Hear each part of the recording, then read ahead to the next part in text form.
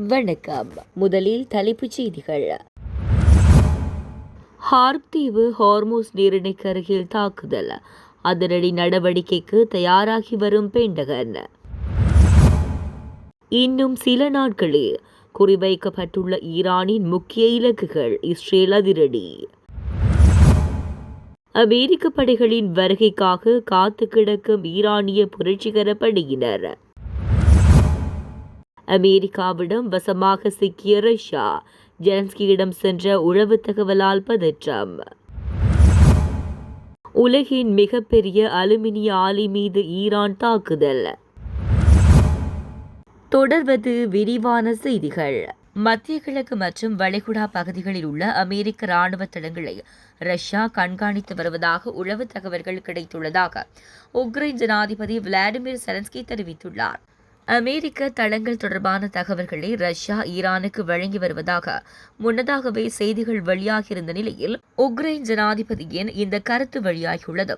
இந்த வாரம் மட்டும் 7 முக்கிய இடங்களை ரஷ்யா கண்காணித்தோ புகைப்படம் எடுத்தோ உள்ளதாக அவர் கூறியுள்ளார். இந்த குற்றச்சாட்டுகள் குறித்து அமெரிக்காவில் உள்ள ரஷ்ய தூதரகத்திடம் விளக்கம் கோரப்பட்டுள்ளதாக தகவல்கள் தெரிவிக்கின்றன. இதேவேளை அமெரிக்க பாதுகாப்புத்துறை இதுகுறித்து கருத்து தெரிவிக்க மறுத்துள்ளதுடன் உளவு தகவல்கள் தொடர்பாக பொதுவாக கருத்து தெரிவிக்க முடியாது என பதிலளித்துள்ளது. மத்திய கிழக்கில் போர் 5வது வாரமாக நீடித்து வரும் நிலையில் ஹார்ப் தீவு மற்றும் ஹார்முஸ் நீரிணைக்கு அருகிலுள்ள கடலோர பகுதிகள் மீதான தாக்குதல்கள் உட்பட ஈரானில் பல வார கால தரைவழி நடவடிக்கைகளுக்கு பென்டகன் தயாராகி வருவதாக வாஷிங்டன் போஸ்ட் செய்தி வெளியிட்டுள்ளது. ஆனால் ஜனாதிபதி டொனால்ட் ட்ரம்ப் அந்த திட்டங்களில் எதற்காவது ஒப்புதல் அளிப்பாரா என்பது நிச்சயமற்றதாகவே உள்ளது என பெயர் குறிப்பிடப்படாத அமெரிக்க அதிகாரிகளை மேற்கோள் காட்டி தி போஸ்ட் செய்தி வெளியிட்டுள்ளது. எந்தவொரு தரைவழி நடவடிக்கையும் ஒரு முழு அளவிலான படையெடுப்பாக இருக்காது என்றும் அந்த அறிக்கையில் குறிப்பிடப்பட்டுள்ளது. பரிசீலனையில் உள்ள நோக்கங்களை நிறைவு செய்வதற்கு மாதங்கள் அல்ல வாரங்களே ஆகக்கூடும் என்று ஒருவர் போஸ்ட் பத்திரிகையிடம் தெரிவித்துள்ளார். மற்றும் ஒருவர் சாத்தியமான காலக்கெடு 2 மாதங்கள் ஆகலாம் என்று குறிப்பிட்டுள்ளார். ஈரானின் கச்சா எண்ணெய் ஏற்றுமதியில் சுமார் 90% பங்கை கொண்டுள்ள ஹார்ப் தீவை அமெரிக்க படைகள் கைப்பற்றக்கூடும் என ஊடகங்களில் செய்தி நிலவி வருகின்றன. இந்த மாத தொடக்கத்தில் அமெரிக்க வான்வழி தாக்குதல்களாலும் அது குறிவைக்கப்பட்டது. ட்ரம்ப் அதனை தெஹ்ரானின் கிரீட ஆபரணம் என்று வர்ணித்தார். வளைகுடா எண்ணெய் மற்றும் எரிவாயு ஏற்றுமதிக்கான முக்கிய கடல்வழி பாதையான ஹார்முஸ் நீரிணையை மீண்டும் திறக்குமாறு ஈரானுக்கு ட்ரம்ப் பலமுறை எச்சரிக்கை விடுத்துள்ளார். உலகின் மிகப்பெரிய அலுமினிய உற்பத்தி நிறுவனங்களில் ஒன்றான பஹ்ரைனின் அலுமினிய உற்பத்தி தொழிற்சாலை மீது ஈரான் தாக்குதல் நடத்தியுள்ளதாக சர்வதேச ஊடகங்கள் செய்தி வெளியிட்டுள்ளன. நேற்று நடத்திய இந்த தாக்குதலில் தொழிற்சாலையின் ஊழியர்கள் 2 சிறு காயங்களுக்கு உள்ளாகியுள்ளதாக பஹ்ரைனின் அரசு செய்தி நிறுவனம் தெரிவித்துள்ளது. ஹார்முஸ் நீரிணை மூடப்பட்டதால் ஏற்பட்டுள்ள இடையூறுகளுக்கு மத்தியில் தமது உற்பத்தி திறனில் சுமார் 19% ஏற்கனவே நிறுத்தப்பட்டுள்ளதாக நிறுவனம் இதற்கு முன்னர் குறிப்பிட்டிருந்தது. இந்த உற்பத்தி குறைப்புகள் உலகளாவிய அலுமினிய பற்றாக்குறை குறித்த அச்சத்தை அதிகரித்து வருவதுடன் இந்த மாத தொடக்கத்தில் அலுமினிய விலைகள் 4 ஆண்டுகளில் இல்லாத அளவுக்கு உச்சத்தை எட்டியதாக சுட்டிக்காட்டப்படுகிறது. இந்த நிலையில் ஈரானின் 2 உருக்கு தொழிற்சாலைகள் மீது நடத்தப்பட்ட தாக்குதல்களுக்கு பதிலடியாகவே பஹ்ரைன் மற்றும் ஐக்கிய அரபு அமீரகத்தின் அலுமினிய தொழிற்சாலைகளை இலக்கு வைத்ததாக ஈரானிய புரட்சிகர இராணுவம் தெரிவித்துள்ளது. ஈரானில் உயர் முன்னுரிமை என வகைப்படுத்தப்பட்ட அனைத்து இலக்குகளையும் தாக்குவதற்கு இஸ்ரேல் பாதுகாப்பு படைகளுக்கு இன்னும் சில நாட்களே உள்ளதாக அதன் செய்தி தொடர்பாளர் இன்று தெரிவித்துள்ளார். இலக்குகள் வெவ்வேறு குழுக்களாக பிரிக்கப்பட்டுள்ளன. அவை பாலிஸ்டிக் ஏவுகணைகள், உற்பத்தி, அணுசக்தி, கட்டளை மற்றும் கட்டுப்பாட்டு மையங்கள் என இருக்கலாம் என்று IDF-இன் சர்வதேச செய்தி தொடர்பாளர் நடாவ் ஷோஷானி கூறினார். ஒவ்வொரு குழுவிலும் அத்தியாவசிய, முக்கியத்துவம் மற்றும் கூடுதல் என வெவ்வேறு பிரிவுகள் உள்ளன என்று விளக்கினார். மேலும் இன்னும் சில நாட்களில் உற்பத்தி சார்ந்த உயர் முன்னுரிமை இலக்குகளுக்கு எதிராக பணியை எங்களால் முடிக்க முடியும். அதற்காக நாங்கள் எங்கள் இலக்குகளை தீர்த்துவிட்டோம் என்று அர்த்தமல்ல. ஆனால் நாங்கள் உயர் முன்னுரிமை என குறித்தவற்றில் மிக முக்கியமானவற்றை பற்றி பேசினால் அவற்றை இன்னும் சில நாட்களுக்குள் எங்களால் அடைய முடியும்.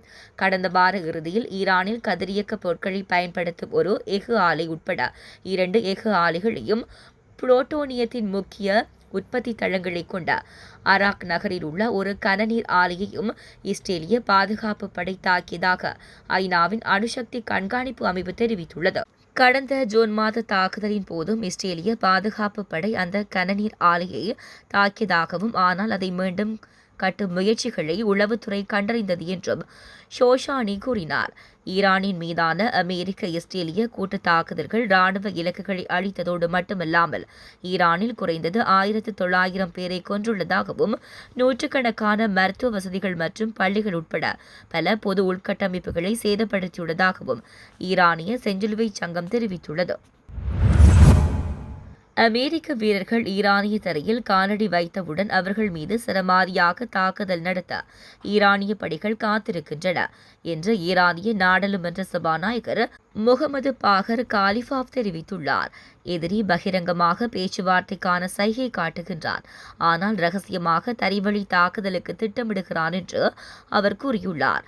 அமெரிக்க வீரர்கள் தரைவழியாக நுழைந்ததும் அவர்கள் மீது சரமாரியாக தாக்குதல் நடத்த ஈரானிய படைகள் காத்திருக்கின்றன என்றும் காலிஃபாப் குறிப்பிட்டார். ஈரான் சரணடைவது குறித்து ஈரானின் செய்தி தெளிவானது என்றும் அது அவமானத்தை ஏற்றுக்கொள்ளாது என்றும் காலிஃபாப் அரபு மொழியில் தெரிவித்துள்ளார். காலிஃபாப் 4 முறை ஜனாதிபதி தேர்தலில் போட்டியிட்டு வெற்றி பெறவில்லை. 2005 4வது இடத்தையும் 2013 2வது இடத்தையும் பிடித்தார். 2017 தேர்தலுக்கு முன்பு போட்டியிலிருந்து விலகினார். மேலும் 2024 நடந்த முன்கூட்டிய தேர்தலில் 3வது இடத்தை பிடித்தார். தெஹ்ரானின் மேயராக இருந்த காலத்தில் ஊழல் முறைகேடுகளை மறைப்பதற்காக தனது IRGC பதவியை காலிஃபாப் பயன்படுத்தியதாக குற்றம் சாட்டப்பட்டுள்ளது. ட்ரம்ப் நிர்வாகம் காலிஃபாவை ஒரு சாத்தியமான கூட்டாளியாகவும் ஒருவேளை எதிர்கால தலைவராகவும் கூட கருதியதாக சில உறுதிப்படுத்தப்படாத அறிக்கைகள் தெரிவிக்கின்றன. மத்திய கிழக்கு மோதலால் ஹார்முஸ் நீரிணையை ஈரான் முடக்கியுள்ள நிலையில் உணவுப் பொருட்களின் விலைகள் அதிகரிப்பினால் பாதிக்கப்படக்கூடிய நாடுகளின் பட்டியலில் இலங்கை 2ஆம் இடத்தில் உள்ளதாக உலக பொருளாதார ஆய்வு அறிக்கையில் குறிப்பிடப்பட்டுள்ளது. ஜெர்மனியை தளமாக கொண்ட உலக பொருளாதார ஆய்வு நிறுவனம் வெளியிட்டுள்ள அறிக்கையின் பிரகாரம் உணவு மற்றும் மருந்து தொடக்கம் இலத்திரனியல் பொருட்களின் விலைகளும் கூட அதிகரிக்கும் என சுட்டிக்காட்டப்பட்டுள்ளது. இதில் உணவுப் பொருட்கள் விலை அதிகரிப்பினால் பாதிக்கப்பட உள்ள நாடுகளின் பட்டியலில் இலங்கை 2ஆம் இடத்தில் உள்ளது.